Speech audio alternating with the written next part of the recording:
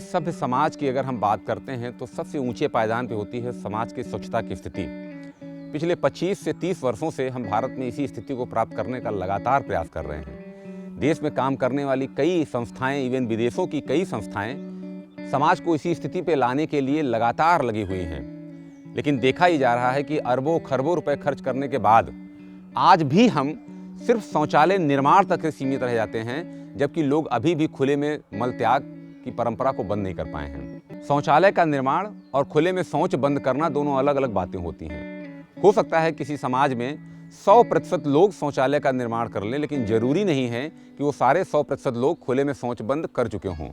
वहीं दूसरी तरफ देखा ये गया कि जब आप समुदाय के साथ मिलकर काम करते हैं, समुदाय खुद का निर्णय लेता है, तो ऐसी स्थिति में समुदाय शायद 70% 80% शौचालय का निर्माण करने के बाद एक दूसरे के शौचालय को साझा करते हुए 100% खुले में शौच करने की प्रक्रिया को बंद कर चुके होते हैं।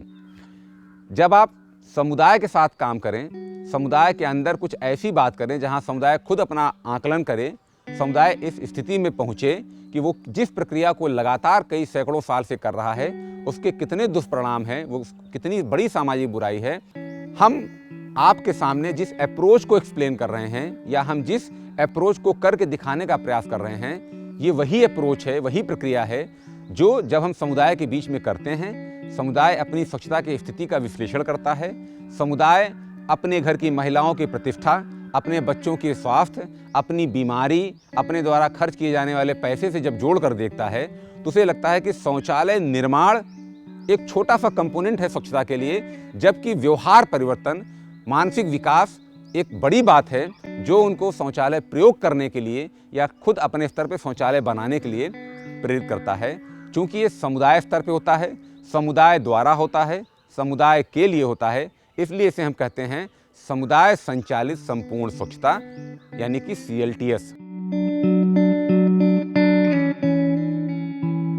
CLTS अप्रोच, जिसे हम कहते हैं कम्युनिटी लेड टोटल सैनिटेशन, मतलब समुदाय संचालित संपूर्ण स्वच्छता, इसके अंतर्गत समुदाय ही जिम्मेदार होता है, समुदाय ही तय करता है कि उसे संपूर्ण स्वच्छता अगर प्राप्त करनी है तो उसके क्या क्या तरीके होते हैं।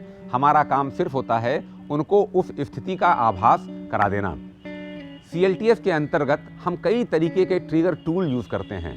ट्रिगर टूल वो तरीके होते हैं जो समुदाय को खुले में मल त्याग के द्वारा होने वाली बीमारी का डर, उस बीमारी पर खर्च करने के बाद गरीब हो जाने का डर, एक दूसरे का मल खाने में आ जाने का डर, गांव की पूरी महिलाओं के प्रतिष्ठा के प्रति उनकी अपनी शर्म, मल के प्रति लोगों की घृणा, इन छोटे छोटे भावों को अलग अलग टूल्स के द्वारा हम उनके बीच में करते हैं और वो सारे टूल्स मिलके समुदाय की भावनाओं को, समुदाय की मानसिकता को बदलने में कोशिश करते हैं।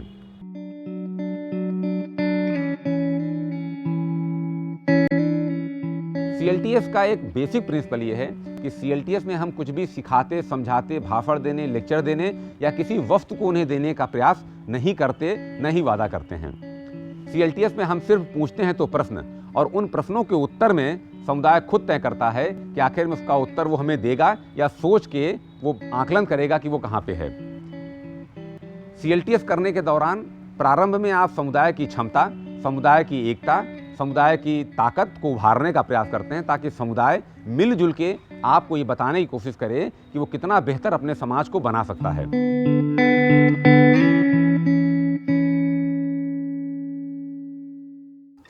CLTS का जो पूरा अप्रोच है, ये कई टूल्स को लेके बनाया जाता है।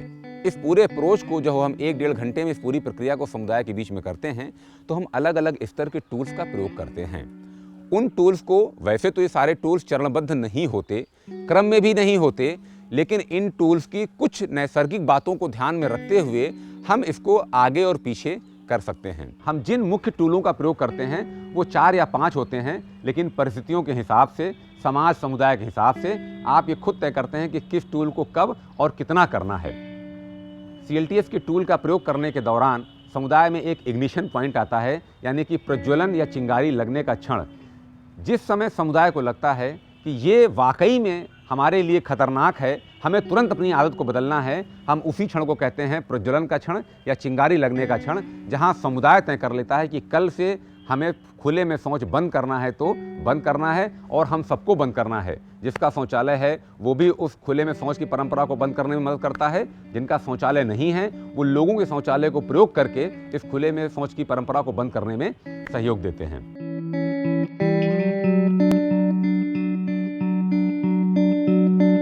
रेपो बिल्डिंग का मतलब होता है, या रेपो बिल्डिंग का जो मकसद होता है कि आपकी टीम, आप और समुदाय एक दूसरे को बहुत ही अच्छी तरीके से समझ ले, सीख ले। समुदाय के मन में कहीं भी कोई इस तरह का भ्रम न हो कि आप आदमी कुछ और हैं और करने कुछ और आए हैं।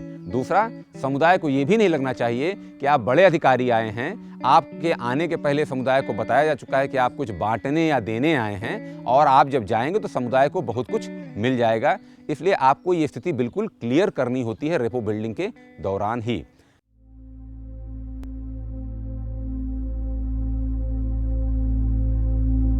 आप सबको नमस्कार। इस गांव में हमारी टीम आई है। हम लोग, मैं तो मूलतः दिल्ली का रहने वाला हूं और हम पटना में आए हैं। हमारी एक टीम आई है इस पूरे गांव के बारे में थोड़ा सा जानने समझने के लिए कि गांव में और कैसे लोग रहते हैं, कैसे दिनचर्या होती है, कैसे सुबह शाम काम करते हैं। रेपो बिल्डिंग के दौरान आपको बताना होता है कि हम आप जैसे ही एक व्यक्ति हैं जो किसी संस्था या किसी जगह से आए हैं और इस गांव के दिनचर्या के बारे में जानना चाहते हैं।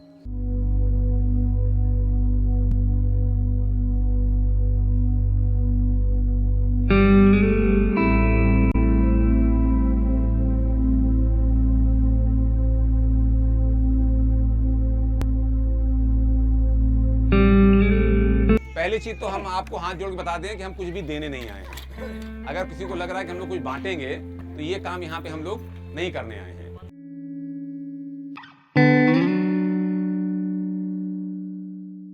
कुछ खास बातें हैं जिन्हें हमें ध्यान रखना होगा कि समुदाय में उतरते के तुरंत बाद आपको समुदाय को कंफर्टेबल फील करवाना होता है। आप समुदाय में उतरते ही समुदाय के साथ गू खाने जैसी बात, समुदाय में शौचालय निर्माण जैसी बात, समुदाय की तकलीफ जैसी बातों को नहीं करते, वरन आप समुदाय के हाव भाव के बारे में पूछते हैं। वो समुदाय जिस क्षेत्र से जुड़ा होता है उस क्षेत्र की अच्छाइयों के बारे में बातचीत करते हैं। समुदाय कैसे अपना जीवन यापन गुजार रहा है, कैसे उसकी दिनचर्या है, उसके बारे में बात करते हैं, और समुदाय को आप बहुत ही दोस्ताना रवैये में ढालते हैं। रेपो बिल्डिंग के बाद आप समुदाय के साथ बातचीत करके ये पता करने का प्रयास करते हैं कि समुदाय अपने कितने समय आपको देने के लिए तैयार है। कितना देर हम दे पाएंगे, हमको कितने घंटे, ये पूरी बात हम कितनी देर में कर लें कि आपका समय बच जाए, हमारा समय बच जाए। 2 घंटा, 2 घंटा है पक्का? बच्चों 2 घंटे में हो सकता है? कोऑपरेट करना पड़ेगा, थोड़ा सहयोग करना पड़ेगा, ठीक है?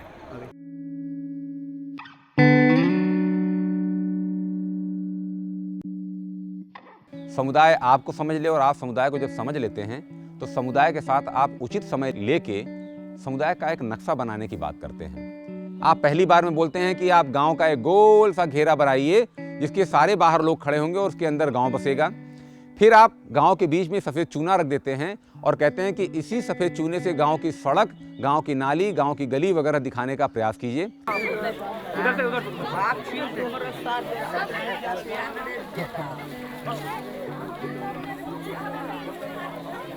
जरा गोल सा घेरा बना लिया आप लोग, एकदम गोल बड़ा सा, चारों तरफ बाहर से।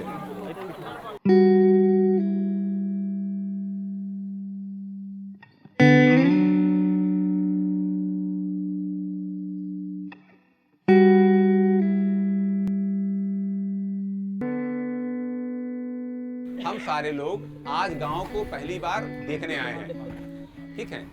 तो थोड़ा सा आप लोगों का सहयोग चाहिए। सुनिए, समझिए, हमको सपोर्ट कीजिए। अब करना यह है कि इस गोल घेरे में को हम गांव मान लेते हैं। जो जो मुख्य सड़क है आपकी, वो सारी मुख्य सड़क और गलियां जरा दिखाइए।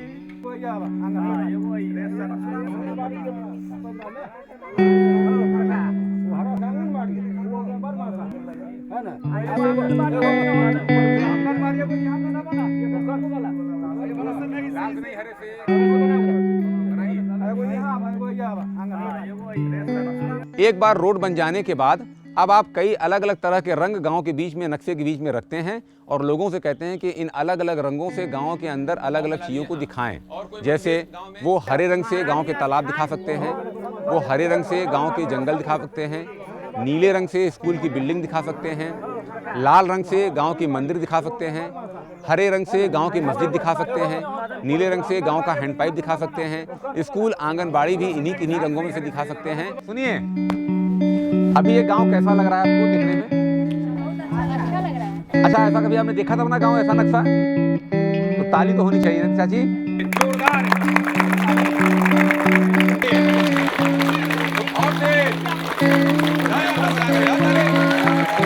हम समुदाय में उपस्थित सारे लोगों को समुदाय के रहने वाली जगह को बहुत बेहतर तरीके से दिखाने का प्रयास करते हैं।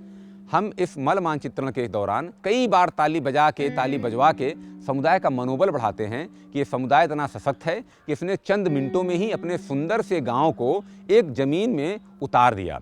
इससे समुदाय को भी लगता है कि वो बहुत बेहतर है और बहुत बेहतर जगह वो रह रहा है। जितने भी लोग हैं, एक घर से एक एक लोग आएंगे, ठीक है? बच्चे नहीं आएंगे, बड़े लोग आएंगे। जिनके घर से कोई बड़ा नहीं, वहां से बच्चा आएगा। बच्चे पहले बिल्कुल नहीं आएंगे, वरना फिर नहीं हो पाएगा। और जो हमारी दीदी, चाची, माएँ, बहनें यहाँ खड़ी हैं, अगर उनके घर से पुरुष नहीं है तो वो आइएगा। अगर माएँ खड़ी हैं, पुरुष भी हैं, तो पुरुष नहीं आएंगी, चाची लोग आएंगी, ठीक है? कर सकेंगे ऐसा? हाँ, मतलब महिलाएं आए, वहाँ रखेंगे। तुम आओ, आ जाओ। क्या नाम है? चला, ठीक है बिटिया। बहन, एक कागज उठाओ कोई भी, एक पेन उठा के अपने घर में पापा का नाम या बाबा का नाम या भैया का नाम जरा लिखो। कौन घर में आपके बड़ा है? दादाजी। यही लिखना है? हाँ, यही लिखो। क्या नाम है तुम्हारा? घर यहाँ पे कहाँ है जरा बताओ, ढूंढो कहाँ घर तुम्हारा।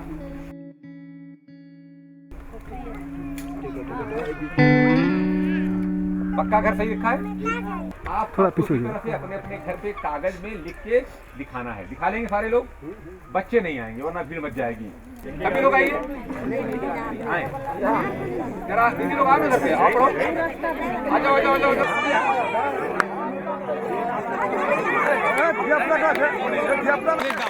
अच्छा सा गाँव।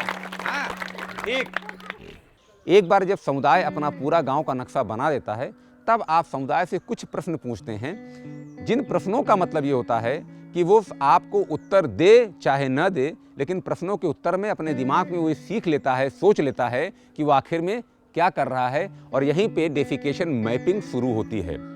इसमें हम समुदाय से पूछने का प्रयास करते हैं कि दिन में कितनी बार वो खुले में मल त्याग करने जाता है, एक बार में कितनी मात्रा में मल को वो बाहर छोड़ के आता है, मल को लोकल लैंग्वेज में वो क्या बोलता है, मल को देसी भाषा में वो किस नाम से पुकारता है। ये सारी बातें इसलिए की जाती हैं ताकि समुदाय के मन में घृणा का भाव पैदा होना शुरू होता है। उसके बाद हम पीले रंग की मट्टी रखते हैं। समुदाय उस पीले रंग की मट्टी को लेके जहाँ जहाँ खुले में मल त्याग करता है, समुदाय का प्रत्येक व्यक्ति अपने उस जगह को पीली मट्टी के द्वारा दिखाता है। अच्छा सुनिए, चूंकि हम लोग अध्ययन कर रहे हैं, कुछ बात हम पूछेंगे जो शायद खराब लगे आपको, लेकिन अध्ययन में हमको शामिल करनी है, तो वो बातचीत हम कर सकते हैं। कोई दिक्कत तो नहीं आएगी आपके बीच में? हाँ, क्योंकि हमको कई चीजें समझनी है, ठीक है? तो पहला तो हम ये जानना चाहते हैं कि इस पूरे गांव में, पीली मट्टी लाइए भाई, इस पूरे गांव में लोग दिनचर्या क्या है सुबह की? अगर सुबह उठते हैं तो उनकी दिनचर्या क्या होती है, क्या करते हैं उठते ही मान पहला? हाँ, फिर क्या करते हैं जरा एक्सप्लेन, हम चाहेंगे आप जरा बताएं। यहाँ के लोग सुबह उठते हैं, पश्चिम की ओर, कुछ उत्तर की ओर, है ना, लैट्रिन के तरफ जाते हैं। अच्छा, या लोटा हो, डिब्बा हो, शौचालय का अभाव है, सीधी बात। यहाँ शौचालय उतना अवेलेबल है नहीं। हम शौचालय की बात नहीं कर रहे हैं, नहीं, लैट्रिन जाते हैं।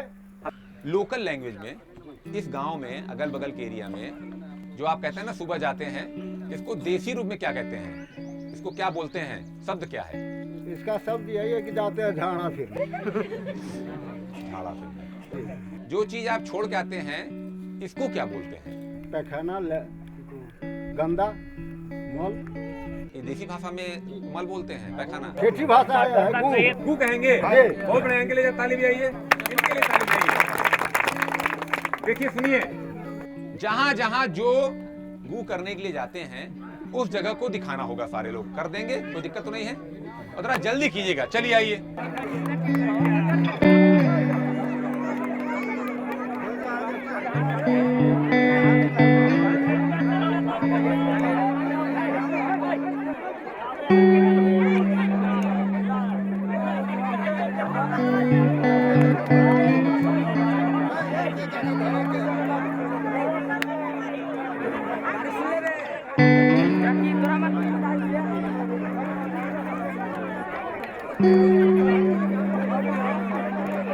आप देखेंगे समुदाय जिस वक्त अपने पूरे गांव में खुले में किए गए मलत्याग की जगह को दिखाता है, तो वो जो सुंदर सा नक्शा था जिसके लिए आपने ताली बजवाई थी, वो नक्शा देखते ही देखते पूरा पीले रंग से भर जाता है। और अब आप समुदाय से पूछते हैं कि क्या मुझे इसकी इजाज़त है कि मैं इस नक्शे की फ़ोटो ले लूँ, या क्या आपको ये नक्शा अच्छा लगता है, या क्या गाँव आपका अच्छा लग रहा है।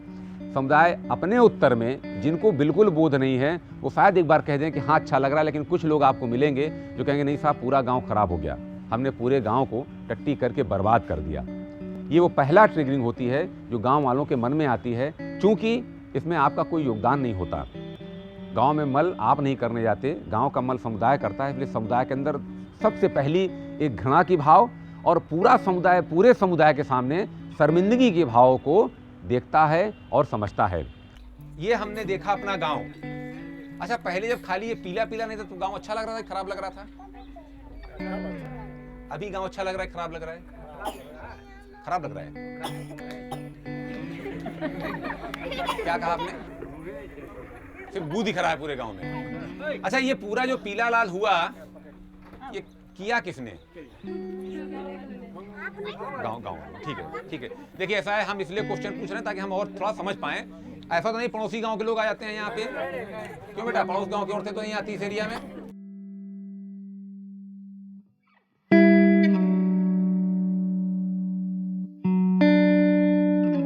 मल मानचित्रण करने के दौरान चूंकि हम अलग अलग रंगों का प्रयोग करते हैं, जहाँ पे एक बार पहले प्रथम पक्ष में गांव को हम बहुत सुंदर दिखाने का प्रयास करते हैं, जहाँ लोगों को अपना गांव अच्छा लगता है, और उसके आधे समय में गांव में हम जो लोगों द्वारा पीली मट्टी गू के रूप में छोड़ी जाती है, वहाँ पे हम ये दिखाने का प्रयास करते हैं कि खुले में मलत्याग करने पे गांव कितना खराब लगता है।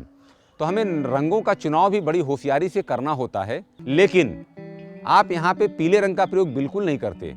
और साथ ही साथ जब आप गांव में लोगों को घर दिखाने की बात करते हैं तो वहाँ भी आप पीले कागज़ का टुकड़ा प्रयोग में नहीं लाते, क्योंकि पीला कागज़ का टुकड़ा और उनके द्वारा बाद में पीली मट्टी जो गू के रूप में छोड़ी जाती है, दोनों एक जैसे हो जाते हैं। तो आपको ध्यान देना होता है कि पीले कागज़ को कभी भी आप गांव का डेफिकेशन मैपिंग करने के दौरान नहीं रखेंगे, क्योंकि पीला रंग उस नक्शे में सिर्फ और सिर्फ उनके द्वारा त्यागे गए मल का प्रतीक होता है। तो आपको कई चीज़ों का ध्यान देना होता है। पहला, गांव का नक्शा गांव वाले बनाएंगे, न कि आप बनाएंगे।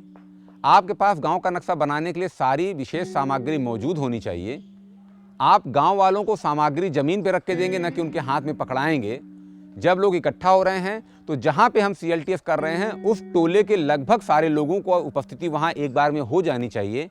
फ्लोटिंग पॉपुलेशन यानी आने जाने वाली जनता कम होनी चाहिए, क्योंकि कुछ लोग बीच में आते हैं, कुछ लोग आखिरी में आते हैं, तो आपकी पूरी प्रक्रिया को बाधित करते हैं। मैपिंग करने के दौरान हमेशा महिलाओं को आगे की पंक्ति में रखें। लोगों के 3 या 4 लेयर न बने, लोगों के 1 लेयर बने। गोल घेरा या नक्शा इतनी पर्याप्त जगह में हो कि हर व्यक्ति अपना घर दिखा सके। लोगों को आप नक्शे के अंदर नक्शे के बाहर लगातार करते रहें। लोगों को बैठने के लिए न कहें, लोगों के लिए कुर्सी न रखें। कहीं ऐसा न हो कि आदमी उठकर आपको सपोर्ट करना ही बंद कर दे और आप ही CLTS की एक्टिविटी को करना शुरू कर दें। ये कुछ चीज़ें जिन्हें आपको ध्यान देनी होती हैं। आपके लोग भी लगातार कोऑर्डिनेट करें। गांव में एकत्रित लोगों के लगातार पीछे खड़े रहें, कोई आपस में बातचीत न करे। नक्शा बनाते समय हर व्यक्ति अपना सहयोग उस नक्शे को बनाने में दे।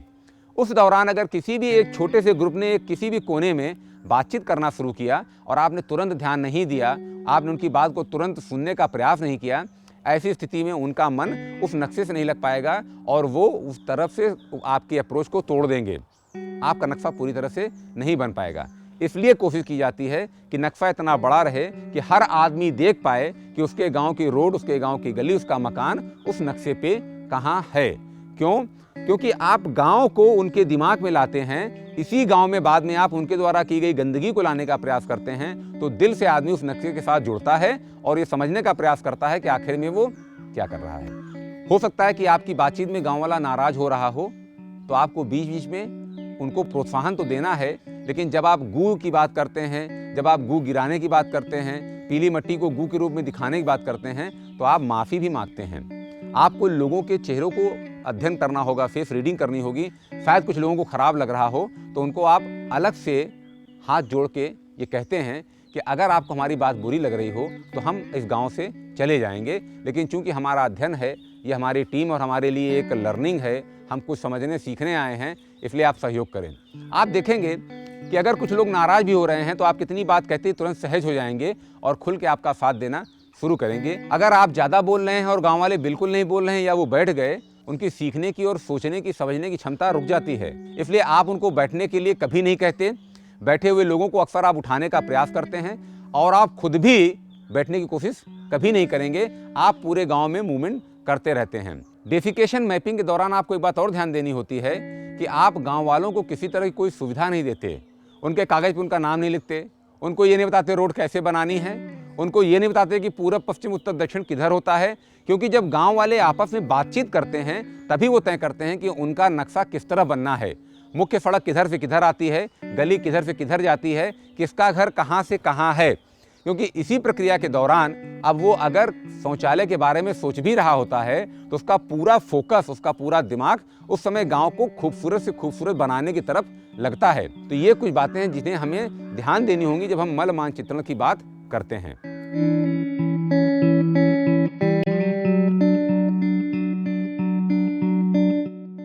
डेफिकेशन मैपिंग के दौरान ही एक और टूल यूज करते हैं, जिसमें हम जब कभी किसी समुदाय में मल की मात्रा को लोग गांव के बाहर दिखाते हैं तो हम पूछते हैं कि विपरीत परिस्थितियों में, आपातकालीन परिस्थितियों में समुदाय की महिलाएं, गर्भवती स्त्रियां, छोटे बच्चे अगर मल त्याग करते हैं तो वो मल क्या होता है। तब आप देखेंगे कि लोग अपने घर के बगल में, अपने आंगन में, दूसरे के दरवाजे पे, मौलवी साहब की दीवार पे, पंडित जी के मंदिर के पीछे ही मल त्याग करते हैं। और यहाँ भी समुदाय को मालूम चलता है कि जो मल हम सोचते थे कि हमसे बहुत दूर जाता है, वो भी मल हमारे अगल बगल ही एकत्रित होता है। अभी हमको ये जानना है, जब बारिश होती है गांव में या जब अंधेरा होता है रात में 2-3 बजे, अम्मा लोग आप लोग भी बताइएगा, बहनें हैं, बेटियां हैं, जब अंधेरा होता है, बारिश होती है, उस समय आपको अगर कभी बाहर जाना पड़ता है, दिशा मैदान गू छोड़ने के लिए, तब आप कहाँ जाते हैं? तब पर भी आप गांव के बाहर इतना दूर जाते हैं कि नजदीक कहीं बैठते हैं? बगल बैठते हैं, रोड में बैठता है ना, ठीक है। तो अभी ठीक है, सुनिए बेटा, आ जाओ, तुम आ जाओ। तुम बेटा, कोई हमारी अम्मा आएंगी, आप आइए, आइए, आओ, 2-3 बच्चे आए, 2-3 बच्चे आ जाओ, आ जाओ, आओ बेटा। ये लाल पीला है यानी कि इमरजेंसी मतलब जब आपके पास मौका न मिले, कभी डायरिया हो जाए, कभी बीमार हो जाए, दस्त लग जाए, बारिश हो रही हो, रात का अंधेरा हो, तब कहाँ आदमी बैठता है, इसको जरा बताने का प्रयास कीजिए आप पुरुषों की तरफ से, और बेटा आप लोग महिलाओं की तरफ से कहाँ कहाँ लोग बैठते हैं।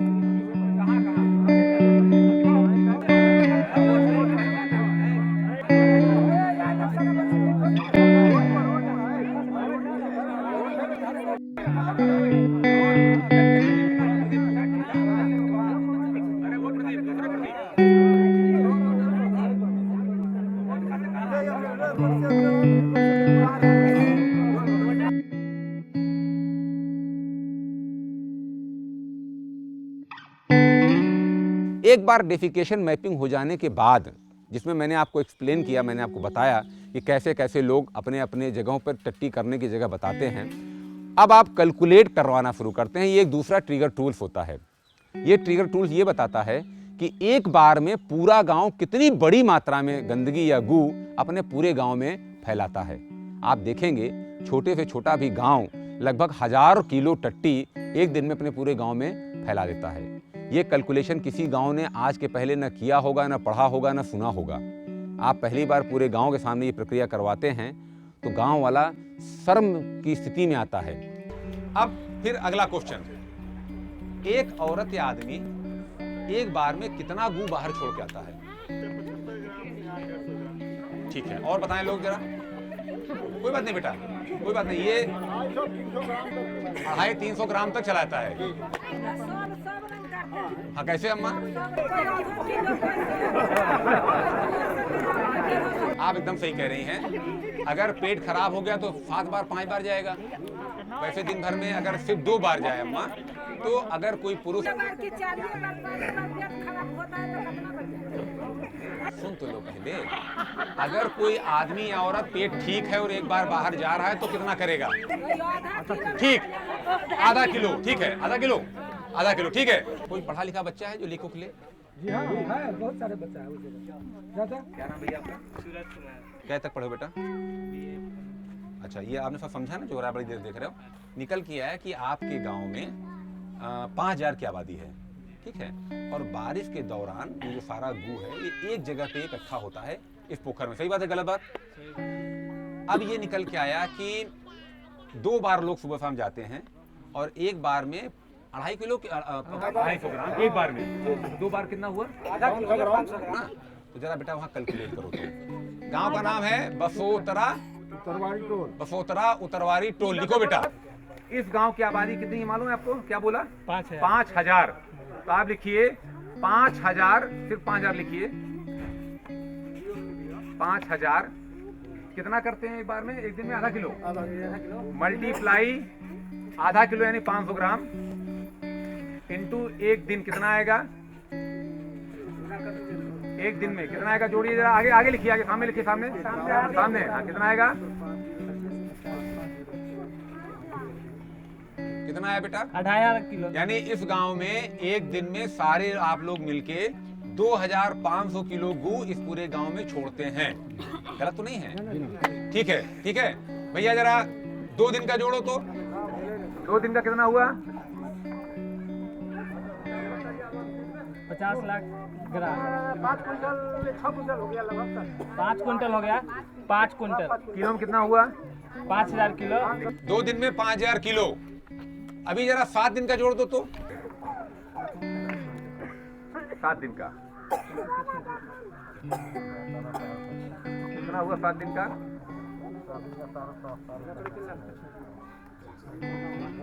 17 लिखा ना, 17 जीरो पे ठान दो।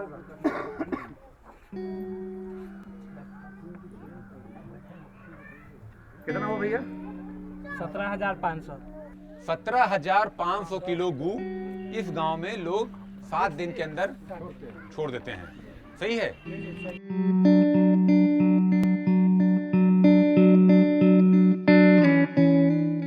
CLTS के दौरान जब हम कैलकुलेशन की बात करते हैं, जहां पे हम लोगों द्वारा ये जुड़वाते हैं कि कितना मल त्याग कर रहे हैं या कितना वो बीमारी पे खर्चा करते हैं, तो हम समुदाय के बीच में ही एक कागज़ का चार्ट लगाते हैं।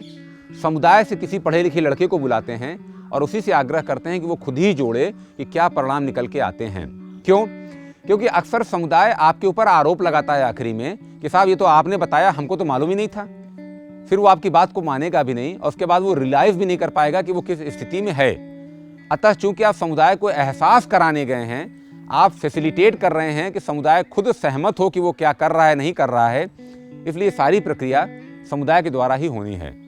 उसी तरीके से जब आप मेडिकल कैलकुलेशन की बात करते हैं, बीमारी के खर्चे की बात करते हैं, तो समुदाय से पूछिए कि एक बच्चा बीमार हुआ तो कितना लगता है, अगर गांव में इलाज हुआ तो कितना लगता है, अगर गांव में इलाज नहीं हुआ बाहर गया तो कितना लगता है। और ये भी सारी चीज़ें लिखा पढ़ी गांव के लोग ही करेंगे, आप नहीं करेंगे। क्योंकि जब भी आप करने का प्रयास करेंगे तो गांव को लगेगा कि आप उन्हें जानकारी दे रहे हैं, शायद ऐसा गांव में नहीं होता है।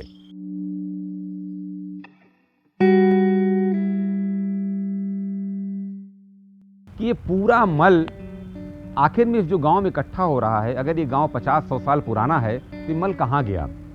पहला प्रश्न उत्तर आता है, लोग बताते हैं, कुछ लोग बताते हैं साहब फूंक के उड़ गया, कोई लोग कहते हैं साहब ज़मीन के नीचे चला गया।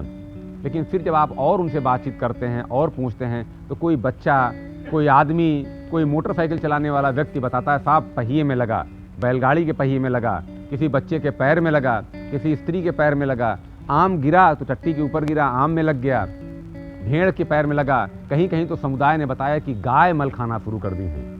अब आप पूछ सकते हैं कि अगर गाय भूसा खाने पे दूध देती है तो गू खाने पे गाय क्या देती होगी? शायद समुदाय आपको उत्तर न दे, लेकिन कहीं ना कहीं घृणा का भाव पैदा होना शुरू होता है समुदाय में।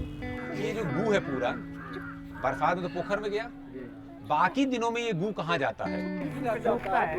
आपने कहा सूख गया, हाँ, एक तरीका हो गया। गाड़ी घोड़ा चलती है उसमें लगकर गाड़ी के पहिए में लगता है। अच्छा ठीक है, तो साइकिल के पहिए में भी लगता होगा। साइकिल मोटरसाइकिल सोमो जो गाड़ी गुजरती है उसमें भी लगता अच्छा, और कहाँ कहाँ आता है? ये ठुक्कू बनाओ छोटा सा बच्चे का। हाँ उधर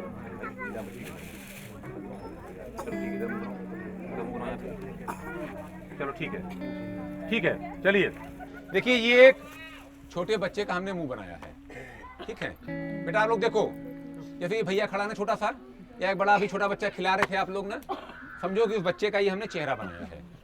और ये है गांव का गू, ठीक है। चूना लाओ समझ भाई, बनाना होगा रेखा। अब हमको आप बताओ कि अगर जो गू साइकिल में लगता है, पैर में लगता है, आप लोग गांव में जाते हैं पैर से? हाँ? तो क्या पैर आप लोग हर बार साबुन धुलते हैं? हाँ, तो बच्चा सियान धोते जगह। अगर किसी साइकिल में गू लग के घर में गया, घर में साइकिल खड़ी हुई, बच्चा उस साइकिल को छूता है हाथ से कि नहीं? छूता है, लग जाए है। हाथ में जाता है। हाँ, हाथ में लग जाता है। तो फिर बच्चा हाथ क्या करता है अपना? तब थोड़ी देखलक तो धोलक, नहीं देखा तो देखलक तो वो ना खा गया। कैसे?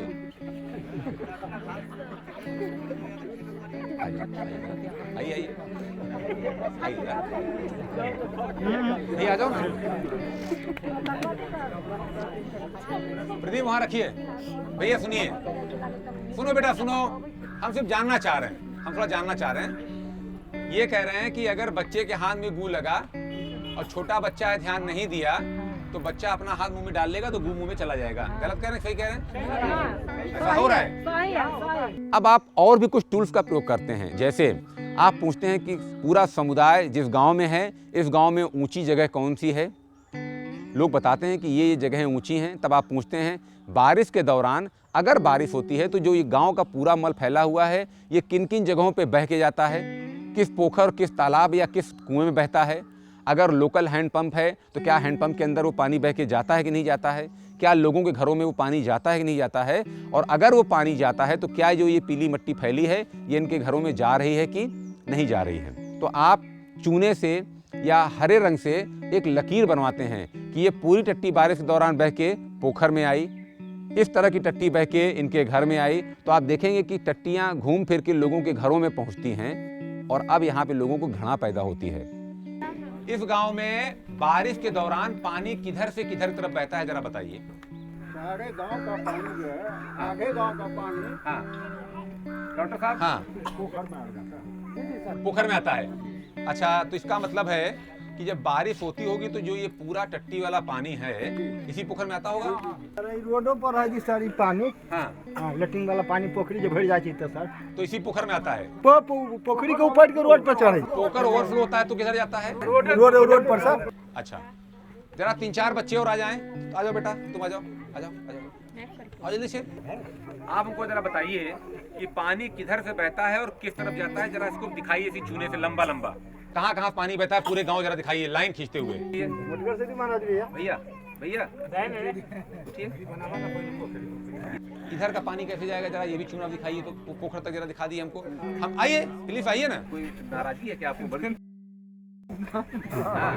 देख रहा हूँ ना आपको बड़ी। कितनी कितनी दूर की टट्टी पोखर में आती है गू, जरा बरसात दौरान दिखाइए। उधर उधर का भी जरा लंबा दिखाइए। अच्छा नहीं, बरसात जब पहली होती है भारी भारी दिख नहीं रहा है, दिख नहीं रहा है, थोड़ा पावर सुना लीजिए। लीजिए ना मोटा, लीजिए ना, दिखाई जरा कहाँ तक जाता है।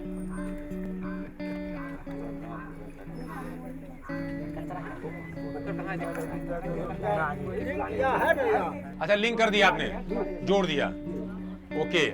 यानी कि इस गांव का सारा पानी बरसात के दौरान, बेटा बोलो नहीं, इस गांव का सारा पानी बरसात के दौरान पोखर में चला जाता है और गांव की जो टट्टी होती है गू, ये सारा गू चला जाता है पोखर में। अच्छा, अब ये बताइए बरसात में जो पोखर में पानी इकट्ठा होता है ये पानी यहीं रहता है, जमीन के नीचे भी जाता है? 25% नीचे जाता है और 75% ओवरफ्लो होने के बाद रोड पोखर अगल बगल। हाँ क्या कह रहे हैं? पानी जब सूखे छै त नीचा न जाय छै। अच्छा, और अगर ज्यादा पानी होता है तो घरों में भी घुस जाता है? घुस जाय छै, घर में घुस जाता है। जो पीने का पानी आप लोग घर में लेते हैं उस समय बरसात के दौरान पानी कहाँ से लेते हैं पीने का? जो कल उधार रहता है उससे पानी भर कर ले आते हैं। जो कल बाहर खुला रहता है। हाँ हाँ, जो डूबा नहीं पानी में, हाँ पानी में नहीं डूबा। हाँ, अच्छा, तो जो हैंड पाइप से आप पानी लेते हैं उसकी पाइप में होते हुए गू नीचे जा सकता है? हाँ, तो इसका मतलब है उस दौरान जो भी पानी पी रहे होते हैं, वो गंदा वाला पानी, गंदा वाला क्या होता है? यानी गुह वाला। हम तो नहीं कर रहे, नाराज नहीं हुई है, नहीं, तो हम जानना चाह रहे हैं। बात सही है।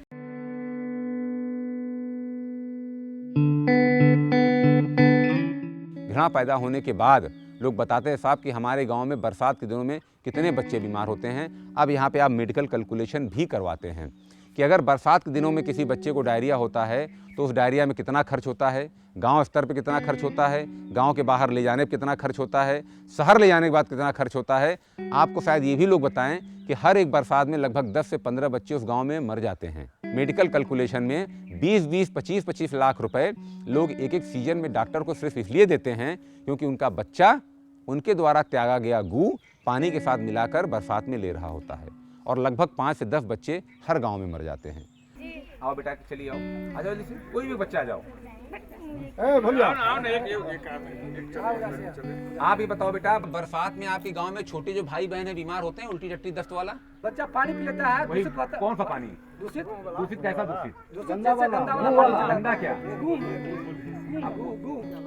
डॉक्टर साहब ये कह रहे हैं अम्मा कि जो छोटे छोटे बच्चे आपके हैं ना, जिस गोद में आप खिला रही हैं, बरसात के दौरान जितनी टट्टी फैली है ना, कई हजार किलो आई थी भैया?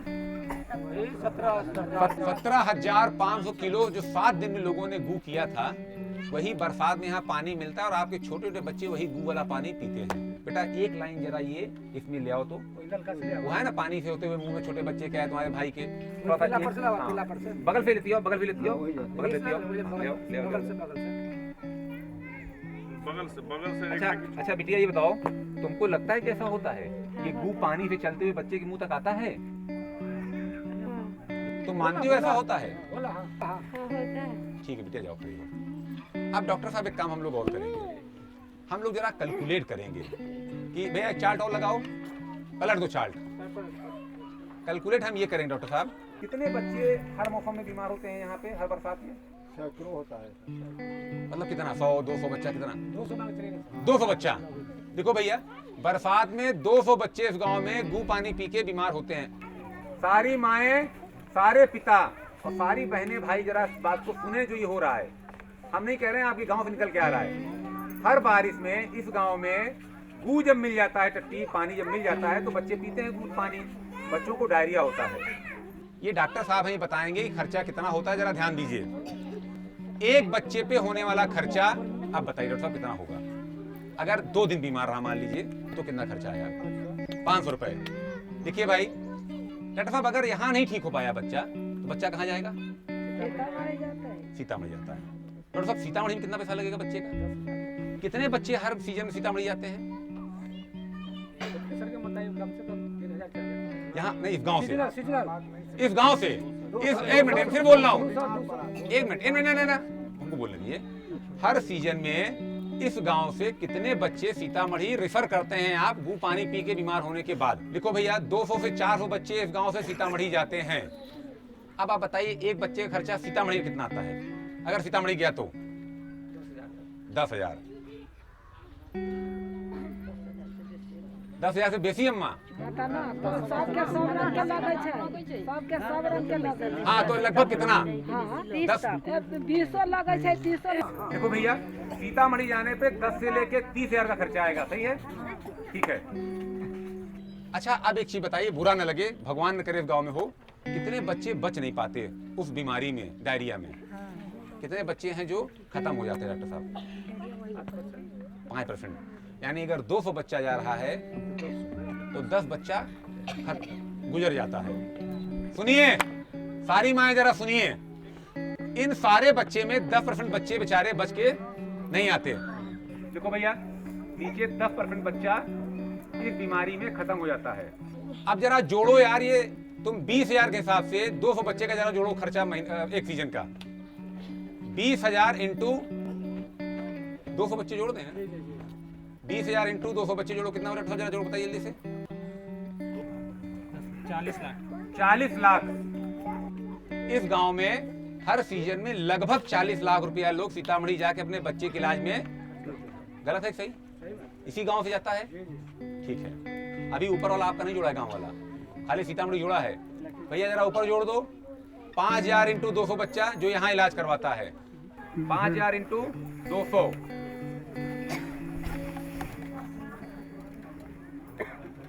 10 लाख टोटल हुआ। यानी इस गांव में बरसात के दौरान जितना गू आप लोग बाहर फैलाते हैं, क्या 1000 किलो था? कितना बिटिया? 17,500 किलो जो मैला फैलता है इस गांव में, यही पानी में मिलता है।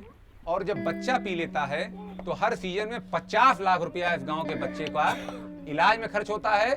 और लगभग 40 से 50 बच्चा, या आप जो ने कहा 10% यानी 20 बच्चा मर जाता है।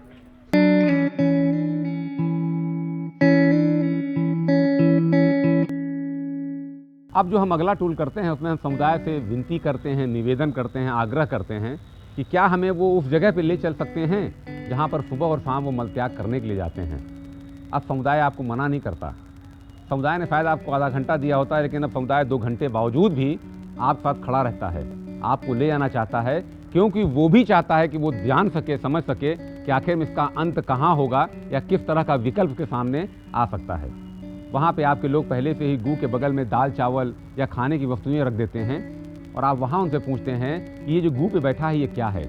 समुदाय बताता है कि साहब ये मक्खी है। फिर आप पूछते हैं इसके कितने पैर होते हैं। शायद कोई छोटी बच्ची बोल दे कि अंकल इसके 4 पैर होते हैं या 6 पैर होते हैं। आप ताली बजाइए उस बच्ची के लिए, उसको अपने पास नज़दीक लाइए और पूछिए, बेटा इस मक्खी के एक पैर की कितनी मोटाई होती है या पैर कितना पतला होता है। लोग बताएंगे कि मक्खी का एक पैर आपके बाल के बराबर होता है। उसके बाद आप अपना एक बाल तोड़ते हैं, बाल लेते हैं, गू में लगाते हैं और 1 गिलास पानी में गू डाल के हिला के फिर आप पूछते हैं समुदाय से क्या कोई ये पानी पीना चाहेगा। आप ये भी कर सकते हैं कि पहले आप साफ पानी समुदाय में 2-3 लोगों को पिला के पूछिए। जब वो साफ पानी पीने के लिए तैयार होते हैं तो इस गू वाले पानी को पीने के लिए मना क्यों करते हैं। लोग बताएंगे साहब आपने इसमें एक बाल के बराबर का गू मिला दिया और देख के इस गू को हम नहीं पी सकते। उसके बाद आप किसी छोटे से बच्चे को बुलाइए जो अबोध हो, अनजान हो, और उससे आप पूछिए कि बेटा ये पानी पियोगे। आप देखेंगे वो तुरंत अपना हाथ बढ़ाएगा और अब आप समुदाय की प्रतिक्रिया देखेंगे। सारा समुदाय चाहेगा कि वो बच्चा वो पानी न पिए।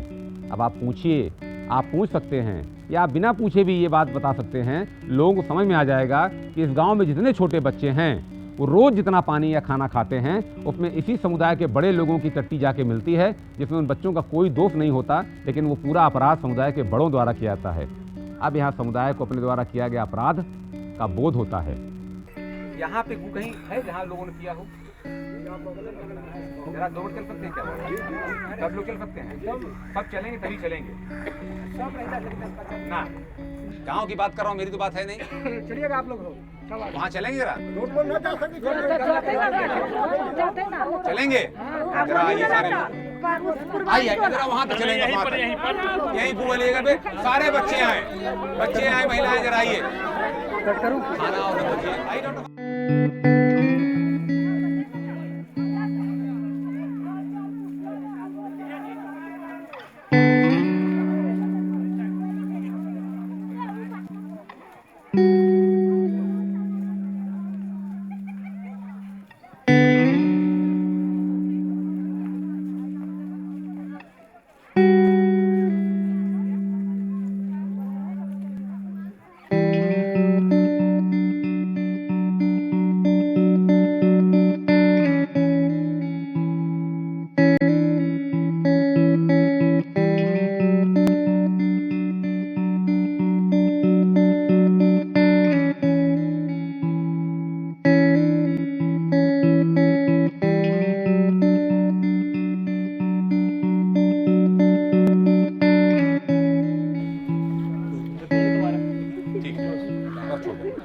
ये जो दिख रही है आपको मक्खी, आप ये बताइए, सुनिए, आप में कितने लोग हैं जो आपके घर की जलेबी पे खाने पे मक्खी पड़ती है और आप लोग खाना फेंक देते हैं? जरा बताइए। खा जाते हैं, सब खा लेता है? खा लेते फेंक देते हैं? आप लोग सब खा लेते हैं, फेंक देते हैं? खा लेते हैं।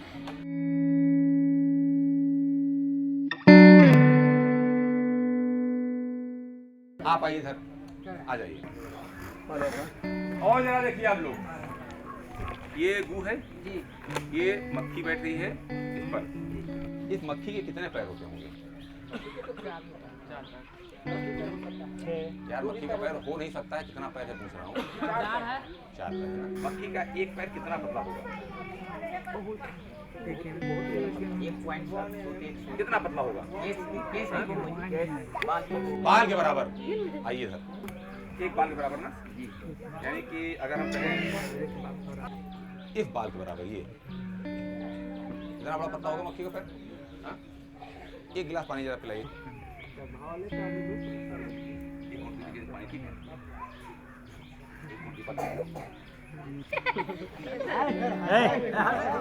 ठीक है? हाँ? पानी ठीक है ना?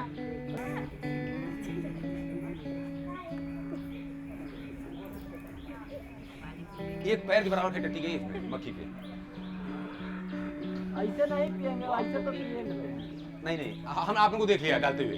दीपक आप भी पिएंगे नहीं मेरे ख्याल से, मतलब छुएंगे मेरी तरफ से, छुएंगे। एक आखिरी क्वेश्चन का उत्तर दीजिए सारे लोग, आप लोग भी दीजिएगा।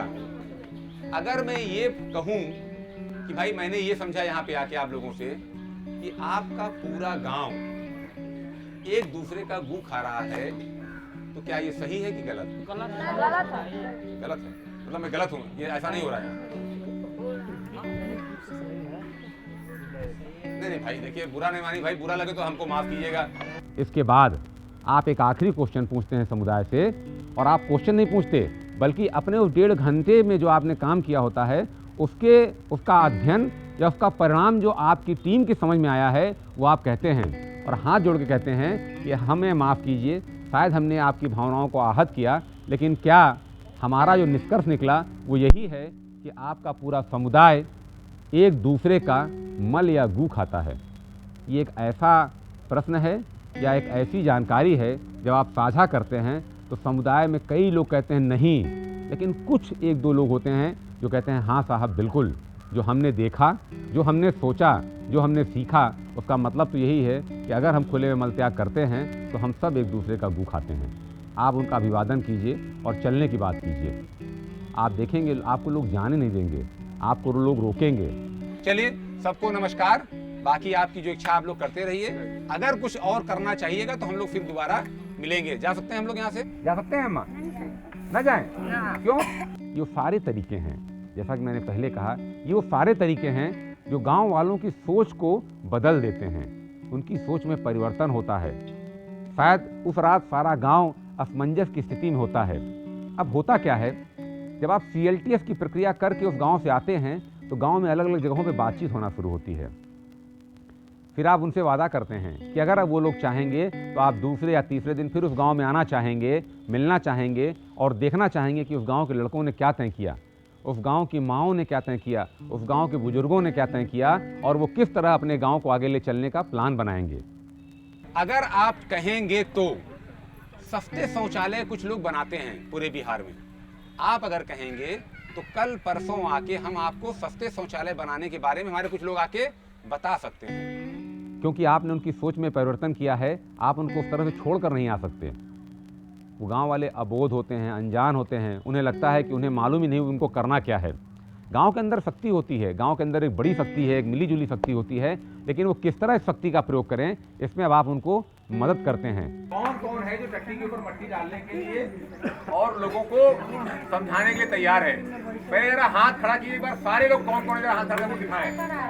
नहीं, कम खड़ा कर रहे हैं, दिखाई दे रहे हैं। कौन कौन है? सारे लोग टट्टी मट्टी डाल रहे हैं, सारे लोग। तो चलिए हम एक कमेटी बनाएं क्या, छोटी सी कागज में लिख लें नाम।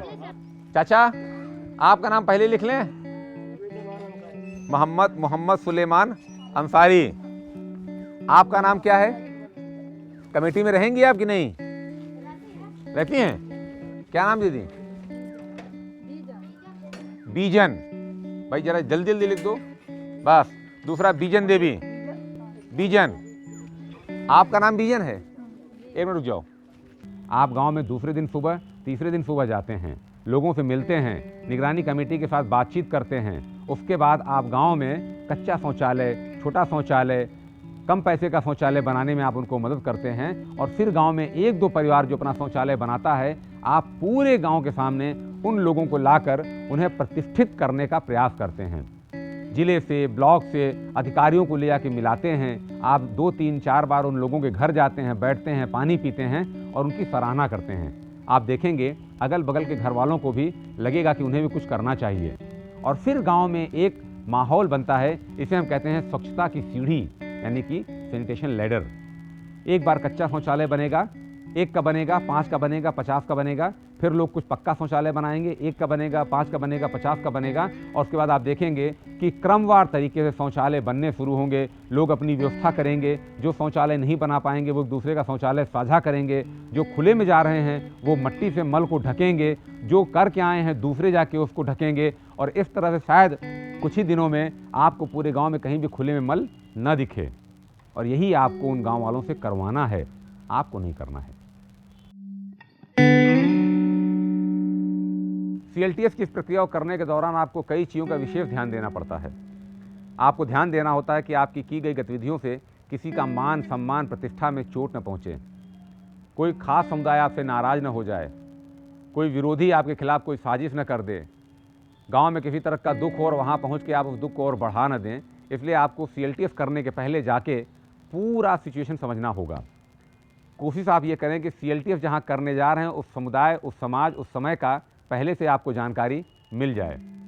आप डेफिकेशन मैपिंग करने के दौरान कोशिश करिए कि ये प्रक्रिया किसी मंदिर में या किसी मस्जिद में या किसी धार्मिक स्थान में न किया जाए। आप अगर गू और खाने की प्रक्रिया कर रहे हैं तो आप ध्यान दें कि गू किसी के घर के आंगन में न ले आएँ, किसी धार्मिक जगह पे न ले आएँ, या अगर ले आ रहे हैं तो वो कोई ऐसा कॉमन प्लेस होना चाहिए जहां आपके जाने के बाद वो पड़ा न रह जाए, बल्कि उसे आप मट्टी में दफनाएं या उसे किसी जगह पर फेंक के आएँ। क्योंकि समुदाय आपको दूसरे दिन कह सकता है कि साहब आप गंदगी छोड़ के गए थे और हमें साफ करना पड़ गया। समुदाय में आप जब पहुंचते हैं तो आप समुदाय में खाना नहीं खा सकते, समुदाय में पानी नहीं पी सकते, समुदाय के द्वारा आप नाश्ता नहीं कर सकते, समुदाय का आतिथ्य आपको स्वीकार नहीं करना होना चाहिए।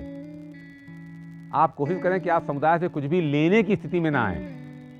समुदाय में जब आप जाएं तो आप अपनी तरफ से कुछ खाने का प्रयास न करें। आपकी टीम के जो भी लोग CLTS करने जा रहे हैं वो CLTS करने के दौरान फ़ोन पे बात नहीं कर सकते, महंगे चश्मे नहीं लगा सकते, कुछ ज़्यादा ही अच्छे कपड़े नहीं पहन सकते हैं, कुर्सी पे बैठ नहीं सकते हैं। सब और सब को वहाँ पे सावधानी के साथ समुदाय के साथ ही मिलजुल कर बैठना चाहिए, क्योंकि समुदाय आपको हमेशा शक की नज़र से देखता है। उसे लगता है कि ये साहब आए हैं और कुछ दे के जाएंगे। दूसरी बात, क्योंकि आपको मालूम होता है CLTS का जो परिणाम होता है वो निकल के आता है कि उस पूरे गांव का आदमी अगर खुले में मल त्याग कर रहा है तो वो एक दूसरे का मल खा रहा है। इसलिए आपको शुरुआत अपनी बात को बहुत पोलाइट तरीके से, बहुत प्रेम के साथ रखनी होती है। एक बात और ध्यान में रखनी है कि गू आप नहीं कहते, आप समुदाय से जिस समय डेफिकेशन मैपिंग होती है और लोग मल त्याग की जगह को दिखाते हैं, आप ही उनसे पूछते हैं कि आखिर में आपकी क्षेत्रीय भाषा में इसको बोलते क्या हैं। जब तक कि समुदाय की तरफ से निकल के ना आ जाए कि हमारे यहाँ इसको गू बोलते हैं, आपके मुंह से ये शब्द नहीं निकलना चाहिए। और एक बार जब ये शब्द निकल के आता है तो आप कहिए कि चूंकि हमारा अध्ययन का विषय है, हम यहाँ कुछ जानने, सीखने, समझने आए हैं, इसलिए हम भी आपकी क्षेत्रीय भाषा का सम्मान करते हुए अब सिर्फ गू ही बोलेंगे। क्योंकि समुदाय बता चुका होता है, इसलिए अब आपके बोलने पे उसे घृणा का एहसास तो होगा, लेकिन वो आपसे नाराज नहीं होगा। समुदाय में CLTS करते समय एक बात और आपको ध्यान देनी है कि कुछ ऐसे प्रश्न जैसे गू करने कहाँ जाते हैं, किस समय जाते हैं, कब कब जाते हैं, कोशिश करिए कि ये प्रश्न महिलाओं और बच्चियों से तब तक न पूछिए जब तक कि वो बहुत आपके साथ कोऑपरेटिव न हो जाएं। ये सारे प्रश्न आप पुरुषों से पूछिए और आपकी पीठ महिलाओं की तरफ हो। गू वाली जगह पे गू रखने के लिए पीली मिट्टी का जब आप प्रयोग करते हैं तो आप एक एक करके महिलाओं को कभी मत बुलाइए। कोशिश कीजिए कि सारी महिलाएं गुच्छे में आएँ, क्योंकि महिलाएं उस जगह को दिखाने में शर्मिंदगी महसूस करती हैं, और चूंकि उनके सामने पूरा पुरुष समाज खड़ा होता है, इसलिए वो और निकल के उस जगह को दिखाने में बहुत आराम महसूस नहीं करती। एक साथ आने पे, एक साथ दिखा के चले जाने पे आपको जगह दिख जाएगी, लेकिन आप किसी महिला को पहचान नहीं पाएंगे। और हमारा मकसद भी ये नहीं होता कि हम व्यक्ति को पहचाने कि हर व्यक्ति कहाँ मल का त्याग करता है। ये कुछ चीज़ें हैं जो आपको ध्यान देनी होंगी।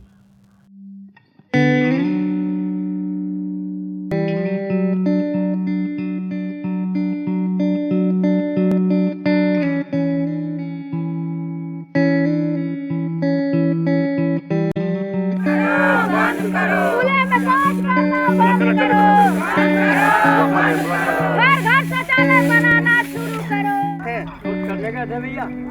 खुले में शौच करते हैं तो क्या करते हैं? या मिट्टी रखेंगे लाइट खुले छोड़ के चले खुले छोड़ के मक्खी बैठेगा फिर गंदगी फैलेगा दूसरा बार से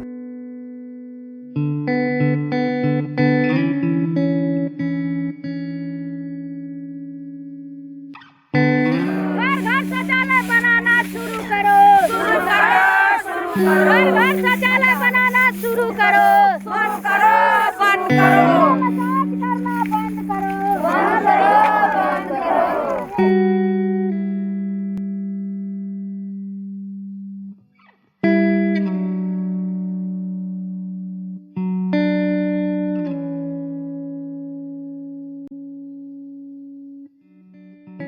विकास कार्यक्रमों में स्थानीय समुदायों को जोड़ने के लिए सहभागी पद्धति का प्रयोग पिछले कई दशकों से निरंतर किया जा रहा है। सहभागी पद्धतियों के प्रयोग से हम सिर्फ यही नहीं सुनिश्चित करते हैं कि लोग कार्यक्रमों से जुड़ें, बल्कि ये भी हम सुनिश्चित कर पाते हैं कि इन विकास कार्यक्रमों की सेवाएं और सुविधाएं लोगों तक पहुँचें, वो उसका प्रयोग करें और उनका स्थायित्व और निरंतरता सुनिश्चित कर पाएँ। बीटास के अपने 6 साल के अनुभव में स्वच्छ परियोजना को क्रियान्वित करते हुए हमने महसूस किया कि पेयजल और स्वच्छता कार्यक्रमों से भी यदि लोगों को जोड़ा जाए तो उसके अच्छे परिणाम मिलते हैं। हमने इस कार्य हेतु समुदाय संचालित संपूर्ण स्वच्छता विधि का प्रयोग किया और इसके हमें बहुत ही सराहनीय और अनुकूल परिणाम मिले भी। अक्टूबर 2014 में स्वच्छ भारत मिशन शुरू होने के साथ ही अनेक राज्यों में उत्तर प्रदेश, बिहार, झारखंड, मध्य प्रदेश, छत्तीसगढ़, राजस्थान सभी राज्यों में एक साथ स्वच्छता प्रसार की आवश्यकता पर बल पड़ा है और समुदाय संचालित संपूर्ण स्वच्छता विधि या CLTS विधि के प्रयोग की मांग बढ़ गई है। हमने ये भी देखा कि इतने व्यापक स्तर पर काम करने के लिए सहजकर्ताओं को तैयार करने हेतु प्रशिक्षकों और प्रशिक्षण संस्थानों की भी कमी है। इसी कमी को ध्यान में रखते हुए बीटास ने इस फिल्म का निर्माण किया है। समुदाय संचालित संपूर्ण स्वच्छता पर आधारित यह फिल्म एक अनोखी फिल्म है। यह फिल्म अनोखी इसलिए है क्योंकि इस फिल्म में अलग अलग ट्रिगर टूल्स को किस तरह से इस्तेमाल किया जाए, उनकी बारीकियाँ क्या है, उनका इस्तेमाल कौन सा टूल पहले इस्तेमाल किया जाए, कौन सा टूल बाद में इस्तेमाल किया जाए, कौन सा टूल कितनी देर तक इस्तेमाल किया जाए, इसके ऊपर बहुत अच्छी तरह से इसमें समझाया गया है। इस फिल्म में अन्य CLTS फिल्मों से क्या अलग है? CLTS की जो अन्य फिल्में हैं वो आपको प्रशिक्षण कार्यक्रम के बारे में बताती है, 5 दिवसीय कार्यक्रम के बारे में बताती है, CLTS की अवधारणा और सिद्धांतों से परिचित कराती है, परंतु CLTS टूल्स को प्रयोग करने की बारीकियों पर यही फिल्म अपना परिचय देती है, रेखांकित करती है और रोशनी डालती है। हर एक टूल के डूज एंड डोंट्स को बहुत अच्छी तरह से एक्सप्लेन किया गया है, जो कि बहुत ही महत्वपूर्ण होता है। इसके बाद ये जो टूल्स है, ये टूल्स हमारे सुगमकर्ता या प्रेरक जब वो फील्ड में जाते हैं तो उनके लिए एक योद्धा की तरह उनको शस्त्र अस्त्रों से सुसज्जित करने जैसा है, ताकि जब वो युद्ध में जाएं तो उन्हें पता हो कि कौन से समय पे कौन सा शस्त्र, कौन सा अस्त्र इस्तेमाल करना है। ये फिल्म सिर्फ टूल्स के ही ऊपर बात नहीं करती है, टूल्स का उपयोग, ट्रिगरिंग प्रक्रिया और इग्निशन मूवमेंट की बात भी करती है। इसमें पता चलता है कि कब लोग प्रज्वलित हो जाते हैं और अपने गांव की स्थितियों को बदलने के लिए निर्णय लेते हैं। इस फिल्म की सबसे बड़ी उपयोगिता यह है कि जब प्रेरक या सुगमकर्ता ट्रेनिंग लेने के बाद फील्ड में उतरता है तो उस दिन उसने जो भी ट्रिगरिंग की, क्या वो सफल थी, उसका लोगों के ऊपर प्रभाव कितना पड़ा या नहीं पड़ा, उसने क्या ठीक किया, क्या गलत किया, इसका इन प्रश्नों का जवाब देने के लिए उसके पास में प्रशिक्षक नहीं होता है। उस समय पे यह फिल्म एक मार्गदर्शक के रूप में उसके सामने प्रस्तुत होगी, जहाँ की प्रेरक इस फिल्म को देख के और जो हमने फील्ड में किया उसके साथ एक कंपैरिजन करके विश्लेषण कर सकता है कि जो मैंने किया वो ठीक था या नहीं था। इस फिल्म का प्रयोग स्वच्छ भारत मिशन के अंतर्गत आने वाले समय में अनेक पंचायतों और गाँव को खुले में शौच मुक्त करने के लिए और अपने महिलाओं, बच्चों और पुरुषों के स्वास्थ्य और पोषण की स्थिति को बेहतर करने में प्रयोग होगा। इस सद्भावना के साथ मैं इस फिल्म को देखने के लिए आपको आमंत्रित करता हूँ। धन्यवाद।